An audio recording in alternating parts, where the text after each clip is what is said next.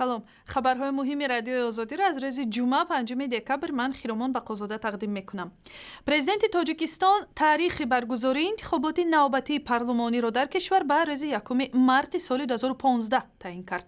тибқи ин фармон ки имрӯз нашр шуд, замони баргузории интихоботи аъзои палатаи болои ва маҷлиси миллии маҷлиси олии Тоҷикистон рӯзи 27 март муайян шудааст.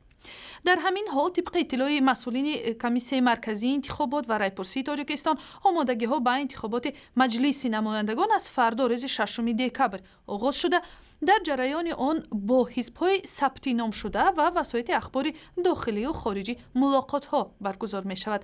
палатаи поёнии парлумони Тоҷикистон аз 63 курсӣ иборат аст ки тӯли солҳои истиқлолият аксари кулли онҳоро аъзои ҳизби ҳокими халқии демократӣ соҳиб шуданд. камчин шудан ва боло рафтани нархи гази моеъ дар нуқтаҳои фурӯшии маводи сӯхти душанбе боис ба нисбатан камтар шудани ҳаракати нақлиёт дар роҳ ва нигаронии ронандаҳо шудааст. 1 литри гази моеъ ки то чанд рӯзи қабл 3 сомонию 20 дирам буд, ҳоло ба 3 сомонию 80 дирам расидааст. бархе аз ронандаҳои таксӣ ва нақлиёти мусофирбар ки тавассути гази моеъ ҳаракат мекарданд, мегӯянд бо сабаби камчинии газ маҷбур шуданд муваққатан кор накунанд.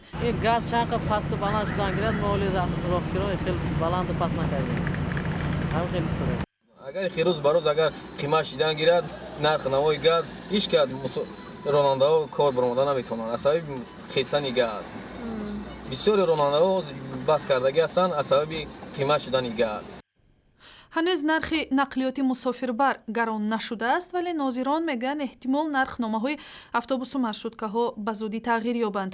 болоравии қимати маводи сӯхт дар Тоҷикистон ба шароити бозори Русия рабт дода мешавад ки дар пайи таҳримҳои ғарб ҳоло бо болоравии қимати ин мавод дар бозори дохилӣ рӯбарӯ шудааст.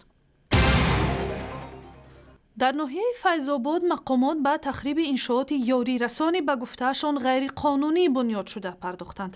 иншооте ки дар назди манзили зисти мардум дар ҳавлиҳо ба таври ихтиёрӣ сохта мешаванд, боиси баста шудани роҳҳову гузаргоҳҳои атрофи ин манзилҳо мешаванд, вале айни замон ин сокинон аз камбуди замини назди ҳавлигӣ ва тангии шароити зист шикоят мекунанд.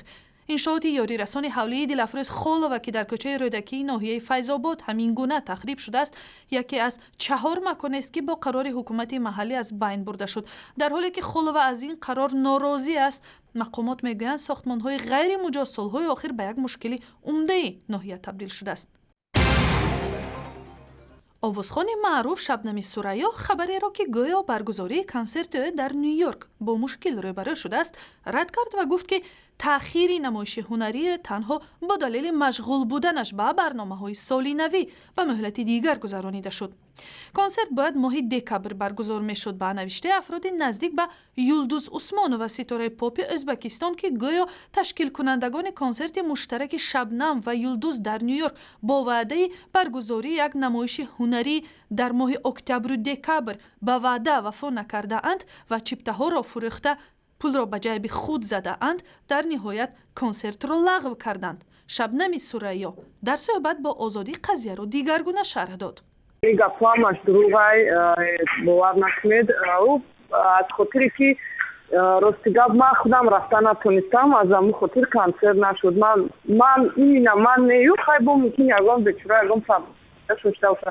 мо хостем ки дертар монем, аз хотире ки ман корум бисёр ай дар соли нав. аз амн хотир ман хостем ки консертҳо дертар монанд афаҷон. зимнан Шабнами Сурайё ҳоло дар душанбе машғули сабти клипи нави мусиқияш мебошад. имрӯз 5 декабр дар душанбе маросими супурдани ҷоизаҳои Федератсиони футболи Тоҷикистон ба беҳтаринҳои мавсими имсолаи футболи миллӣ баргузор шуд. дар маросими вижее бо ширкати Рустами Эмомалӣ, раиси Федератсиони футболи Тоҷикистон, ба теми истиқлоли Душанбе ки дар мусобиқоти қаҳрамонии кишвар байни дастаҳои Лигаи олӣ барои бори сеюм ба унвони қаҳрамони Тоҷикистон мушарраф мешавад, медали тилло супурда шуд. дастаи хайри ваҳдат барои ҷои дуввум бо медали нуқра ва тими далерони Эротепа Истарафшан барои ҷои сеюм бо медали биринҷӣ сарфароз гаштанд. дар ин маросим ба Нуриддин Давронов, нимҳимоятгари Истиқлоли Душанбе, ҷоизаи беҳтарин бозигари соли 2014 ва ба Мубин Эргашев, сармураббии Истиқлол, ҷоизаи беҳтарин мураббии сол супурда шуд. برای دریافت اخبار و ویدیوی بیشتر به سایت اینترنتی رادیوی آزادی، شبکه‌های اجتماعی فیسبوک، توییتر، یوتیوب و هم ضمیمه رادیوی آزادی برای تلفنی همراه مراجعه کنید.